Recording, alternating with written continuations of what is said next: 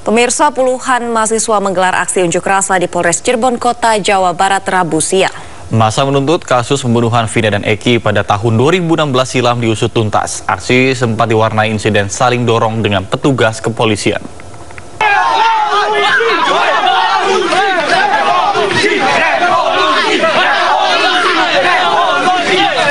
Saling dorong terjadi saat puluhan mahasiswa dari Perhimpunan Mahasiswa Hukum Indonesia berusaha merangsek masuk ke Mapolres Cirebon Kota, tetapi dihadang petugas kepolisian yang berjaga-jaga.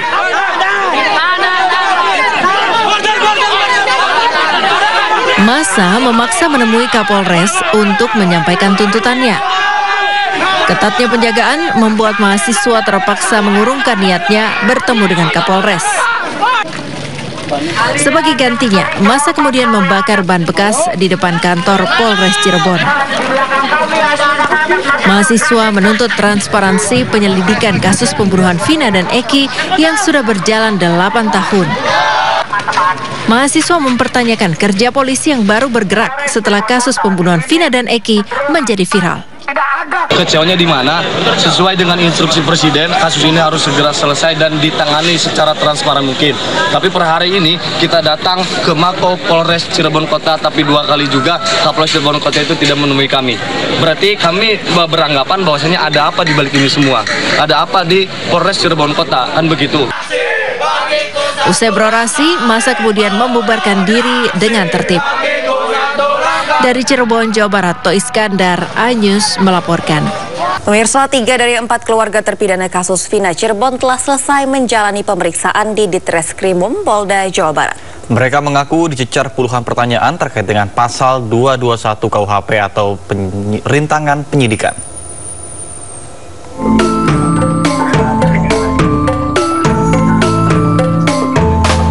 Didampingi puluhan pengacara, perwakilan dari keluarga terpidana kasus pembunuhan Eki dan Vina menjalani pemeriksaan di Gedung Direktorat Reserse Kriminal Umum Polda Jabar. Perwakilan keluarga yang hadir adalah Kosim, orang tua dari Eko Ramdhani, Madlana, kakak dari Jaya, Kasanah, orang tua dari Hadi Saputra, serta Muran, orang tua dari Eka Sandi. Para keluarga terpidana diperiksa penyidik secara terpisah di Gedung Ditreskrimum Polda Jabar. Mereka mengaku dicecar puluhan pertanyaan terkait pasal 221 KUHP tentang obstruction of justice atau perintangan penyidikan. Waktu mau jadi anak ngomong, iya tidur semua tidurnya. Iya, bukannya katanya ini sih anaknya ngomong sendiri. Bilangnya kayak gimana, Pak? Bilangnya satu nggak ngelakuin. Nggak mungkin saya ngelakuin kayak gitu. Nggak mungkin saya ngelakuin kayak gitu, ngomongnya kayak gitu aja. Oh, adik saya bukan geng motor, Mas. Motor aja nggak punya, terus terang aja.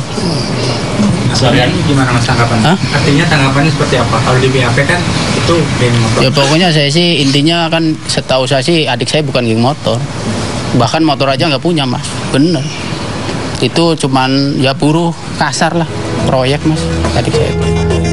Sementara tim kuasa hukum mengaku belum mengetahui siapa yang dituju sebagai terlapor.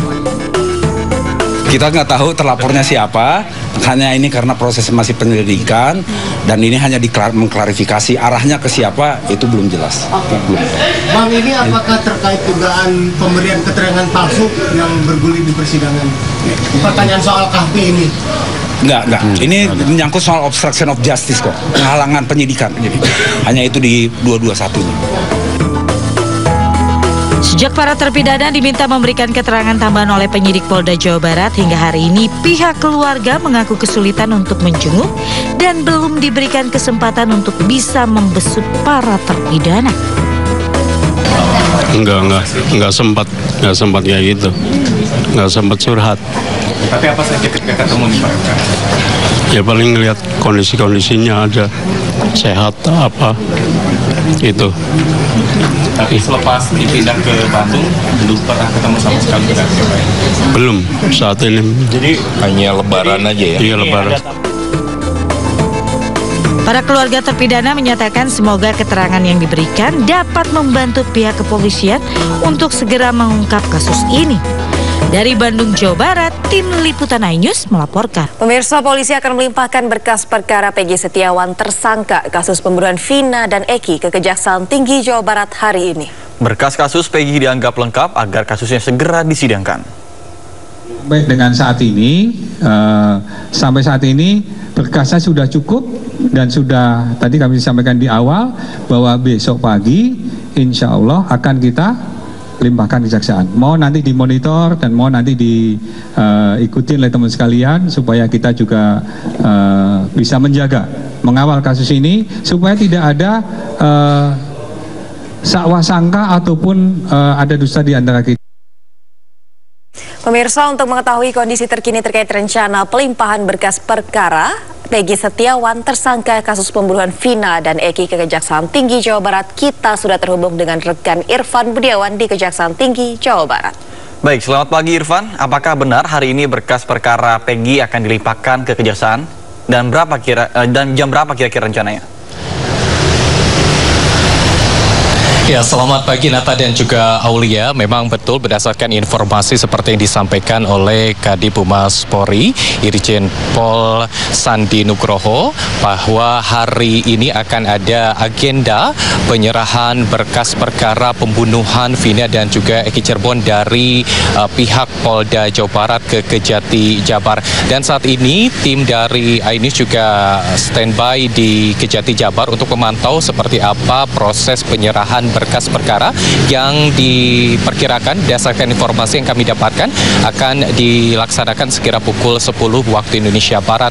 Dan tadi kami juga sempat mencari sejumlah informasi seperti apa kesiapan dari tim Kejati Jabar guna menerima berkas perkara yang nanti akan dilimpahkan oleh tim dari Polda Jabar. Tadi kita sempat juga mendapatkan informasi dari Kasipenkum Kejati Jabar menyatakan bahwa hingga saat ini memang secara pasti untuk waktu tepatnya belum bisa ditentukan, dan namun dipastikan untuk pelimpahan akan dilaksanakan hari ini. Dan tim Kejati Jabar sendiri siap untuk menerima pelimpahan berkas perkara yang akan diberikan oleh tim dari Polda Jawa Barat. Selepas itu, selepas penyerahan berkas perkara, maka juga akan diperiksa lebih lanjut seperti apa kelengkapan dari berkas-berkas yang diberikan oleh tim penyidik dari Polda Jawa Barat untuk diketahui lebih lanjut. Apabila memang dirasakan ada kekurangan, maka akan dikembalikan. Namun apabila memang dirasakan cukup, maka akan dilanjutkan ke tahapan berikutnya. Namun dari pantauan kami hingga pagi hari ini belum ada kegiatan secara khusus yang kami lihat di kantor Kejati Jabar untuk menerima ataupun juga kesiapan menerima berkas-berkas dari tim Mapolda Jawa Barat. Untuk sementara demikian laporan dari kantor Kejati Jawa Barat. Kita kembali ke studio bersama Nata dan juga Aulia. Baik, terima kasih Irfan Budiawan melaporkan langsung dari Kejaksaan Tinggi Jawa Barat. Kami tunggu kabar selanjutnya. Ya, selanjutnya pemirsa, praktisi hukum Razman Arif Nasution terlibat perdebatan panas dengan pengacara Peggy Setiawan, Tony RM. Perdebatan panas ini terjadi pada program Rakyat Bersuara pada malam tadi. Ada 2 nyawa manusia yang melayang bernama Vina dan Eki. Lalu ada yang menemukan pertama kali Pak Suroto. Lalu kemudian ada film yang sutradarai oleh saudara Anggi Umbara. Lalu ada 8 orang yang telah divonis. Dan lalu ada keterangan dari para pengacara, dan di DPO ditangkap 1 orang oleh Polda Jabar. Yang mau saya katakan adalah, saudara Tony, kita semua baca kok perkap itu, bahkan yang terakhir itu 2012. Tapi baru ini saya dengar bahwa seorang DPO dipanggil dulu baru diperiksa. Bagaimana logikanya itu? DPO itu daftar pencarian orang, Bapak. Kalau dia dilihat sudah melarikan diri dan tidak ditemukan, ya langsung ditangkap, diproses. Seperti itu. Saya potong sedikit ya. Yang dikatakan DPO ini tidak sesuai. DPO yang dikatakan itu adalah saudara Andi, saudara Dani, saudara Peggy alias Peron. Sementara klien kami adalah Peggy Setiawan. Saudara mengatakan tadi bahwa polisi salah tangkap lah, ini itulah. Lah, polisi berkeyakinan Peggy itu yang mereka tangkap. Perkara benar atau tidak, tunggu pra peradilan. Perkara benar atau tidak, tunggu peradilan yang nanti akan divonis oleh hakim. Sampai ke sana pembicaraan kita, Bapak. Tidak boleh Anda membangun pikiran Anda sendiri dan seolah-olah Anda paling benar. Tidak seperti itu konstruksi berpikirnya. Nah, kita ini orang-orang hukum, berilah pencerahan. Kita sekarang sibuk membahas sebentar ya. Kita sekarang sibuk membahas ada 8 orang plus 1 orang. 8 terpidana plus 1 orang tersangka. Tapi kita lupa bahwa Vina dan Eki itu orang yang sudah meninggal dunia, dan itu menjadi sesuatu yang harus kita pikirkan juga, Bapak. Jangan saudara hanya menuduh atau mencurigai seseorang yang bernama Pak Rudiana. Dia itu orang tua kandung dari almarhum. Anda merasa dia seolah-olah pelaku dan lain-lain. Jangan begitu cara berpikirnya. Saya tidak begitu.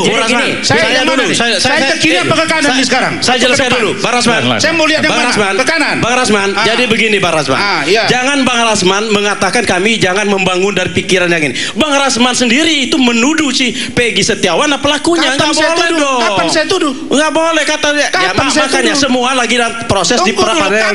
Nih, jadi gini Bang. Kapan saya tuduh? Gini Bang Rasman.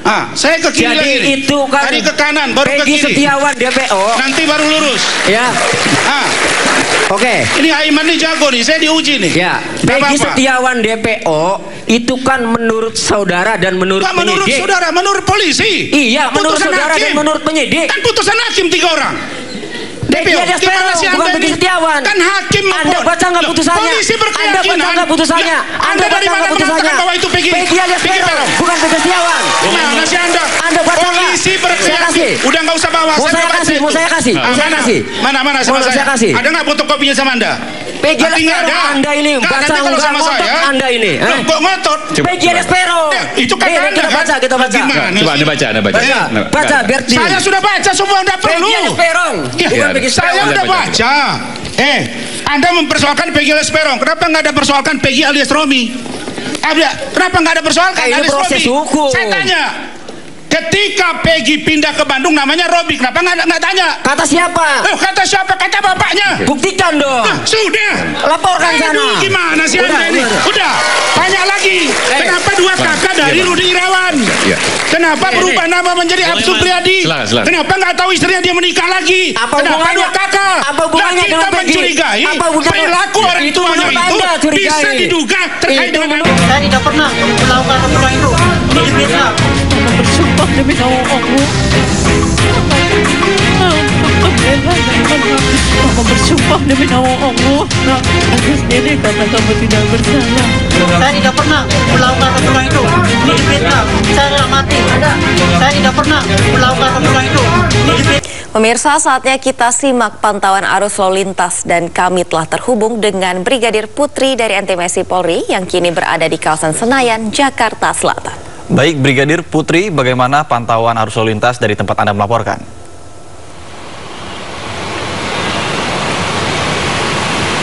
Baik, terima kasih rekan Nata dan Aulia di studio.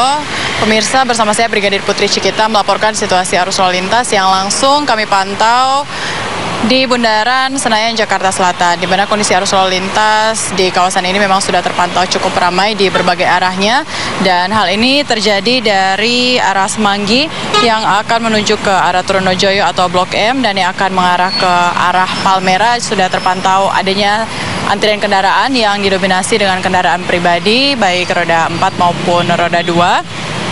Begitupun untuk lalu lintas dari arah Blok M yang akan menuju ke arah Semanggi dan ke arah Palmera juga sudah terpantau cukup ramai, namun masih mengalir lancar. Kecepatan kendaraan juga masih ditempuh para pengendara dalam batas normal.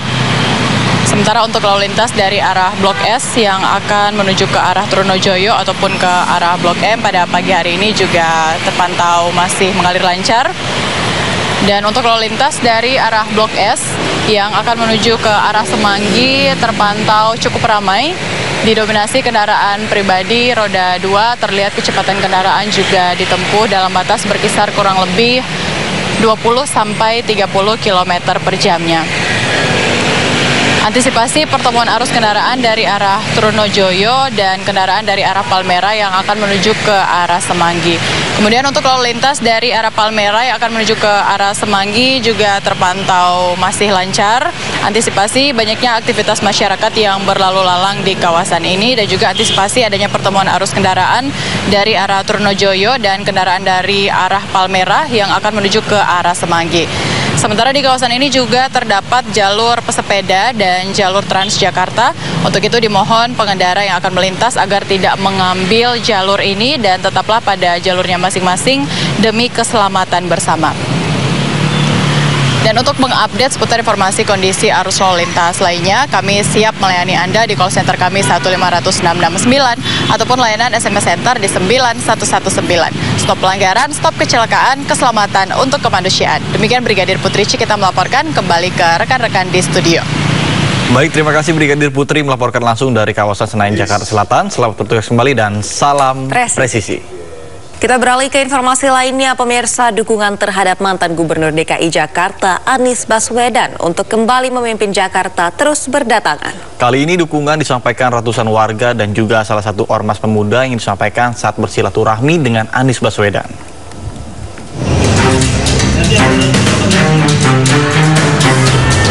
Mantan Gubernur DKI Jakarta Anies Baswedan bersilaturahmi dengan masyarakat peduli Jakarta di kawasan Pekayon Rabu siang. Pada kesempatan tersebut, warga meminta Anies untuk kembali memimpin Jakarta. Menanggapi permintaan warga, Anies mengatakan saat ini sudah saatnya memulai fase baru. Tidak lagi sekedar masalah calon gubernur dan wakil gubernur, melainkan membicarakan pembangunan Jakarta. Saya rasa kita lebih penting membicarakan tentang kondisi warga Jakarta sekarang ya, dan problem-problem yang harus diselesaikan. Karena itulah sejatinya mengapa ada pilkada. Pilkada ini bukan semata-mata tentang siapa menjadi calon, siapa menjadi wakil, partai apa mencalonkan apa, tapi tentang kebijakan apa yang akan dibawa. Dukungan terhadap Anies Baswedan juga datang dari salah satu ormas. Anies Baswedan dinilai sebagai sosok yang berilmu dan merakyat saat menjabat Gubernur DKI Jakarta, sehingga tepat untuk kembali memimpin Jakarta. Sudah pasti, karena Pak Anies ini kan kader. Jadi kalau memang kita ini kan selalu mengutamakan kader. Jika ada kader pemuda Pancasila yang maju, maka wajib hukumnya untuk didukung. Sejauh ini, DPW PKB DKI Jakarta telah secara resmi mengajukan Anies Baswedan sebagai bakal calon gubernur. Namun, PKB masih membutuhkan koalisi dengan partai lainnya agar memenuhi syarat minimal 21 kursi DPRD untuk bisa mendaftarkan pasangan bakal calon gubernur dan wakil gubernur ke KPU di Jakarta. Dari Jakarta, Nur Aryadini Alfa-Gani iNews melaporkan. Pemirsa, jelang pilkada serentak, Partai Demokrat menyatakan belum mengambil keputusan terkait sosok yang akan diusung sebagai calon gubernur pada pilkada Jakarta 2024. Sama halnya dengan Partai Gerindra yang belum mengaku memiliki nama calon pasti untuk maju dalam pilkada Jakarta. Partai Demokrat menyatakan belum mengambil keputusan terkait sosok yang akan diusung sebagai calon gubernur pada Pilkada Jakarta 2024. Hal itu disampaikan melalui Sekretaris Jenderal Partai Demokrat, Teguh Rifki Harsyah. Ia juga menegaskan bahwa Demokrat masih mengecek peta politik di masing-masing daerah, termasuk Jakarta, sebelum mengambil keputusan. Sementara untuk nama Ridwan Kamil yang telah diusung Golkar untuk maju dalam Pilkada DKI ataupun Jawa Barat, Demokrat mengaku masih terbuka dengan segala opsi. Yang masih perlu pendalaman termasuk survei dan melihat peta dan juga lawan-lawan ataupun calon-calon yang muncul di provinsi tersebut termasuk DKI Jakarta. Jadi butuh waktulah untuk memutuskan terkait DKI Jakarta. Sementara itu, Gerindra membantah bahwa Koalisi Indonesia Maju sudah resmi berbincang dengan Partai Keadilan Sejahtera atau PKS untuk bekerja sama pada Pilkada Jakarta 2024.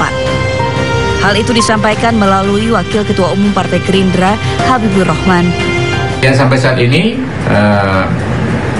setahu saya belum ada pengajuan resmi atau keputusan resmi dari Koalisi Indonesia Maju soal siapa paslon gubernur ya dan wakil gubernur ya untuk yang akan diajukan dalam Pilkada Jakarta ya. Sebelumnya, Presiden PKS Ahmad Saiku mengaku pihaknya mendapat tawaran posisi calon gubernur di Pilkada Jakarta 2024 dari Koalisi Indonesia Maju. Dari Jakarta, Tim Liputan iNews melaporkan. Terima kasih Anda masih bersama kami di Sindo Today. Pemirsa, gelombang panas ekstrim yang mencapai suhu 51 derajat Celcius mengakibatkan 577 jemaah haji meninggal selama ibadah haji tahun ini. Dari 577 jemaah haji yang meninggal, sekitar 323 diantaranya adalah warga Mesir. Kementerian Luar Negeri Mesir melakukan upaya intensif dan bekerja sama dengan otoritas Saudi. Tidak hanya Mesir, 60 jemaah haji Yordania dan 35 jemaah haji Tunisia juga tercatat meninggal dunia karena cuaca ekstrim panas ini. Yang berwenang Arab Saudi juga melaporkan lebih dari 2.000 jemaah yang menderita heat stroke atau serangan panas. Selain suhu panas, korban meninggal juga disebabkan akibat jemaah yang berpergian tanpa membawa air dan tidak adanya pendingin ruangan. Tahun lalu, 240 jemaah haji dari berbagai negara wafat karena gelombang panas.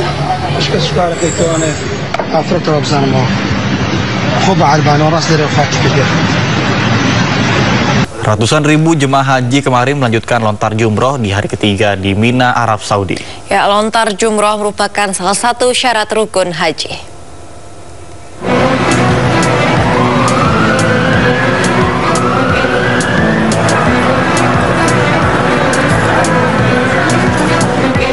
Ratusan ribu jemaah dari seluruh dunia melakukan lontar jumroh sekitar pukul 6:30 waktu Arab Saudi.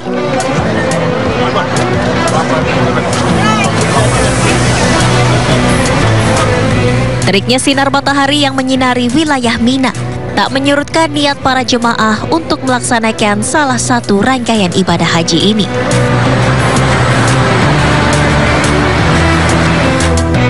Hingga sampai ke wilayah pelontaran yakni Ula, Wusto, dan Aqobah. Mereka masing-masing melontar jumroh menggunakan batu kerikil sambil mengucap takbir.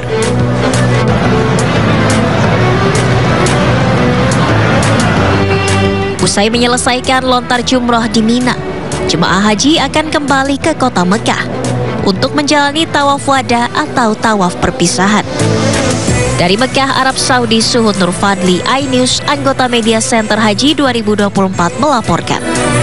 Sementara itu pemirsa, usai lontar jumroh di hari ketiga sebagai syarat rukun haji, jemaah haji kembali ke kota suci Mekah. Seluruh jemaah dari berbagai negara ini akan kembali ke Mekah untuk menjalani rukun haji terakhir yakni tawaf wada. Tawaf wada harus dilakukan oleh para jemaah sebagai bentuk perpisahan antara jemaah dan juga Ka'bah yang penuh keberkahan. Kemudian dari Makkah, jemaah akan bertolak ke Madinah dan menunggu jadwal kepulangan.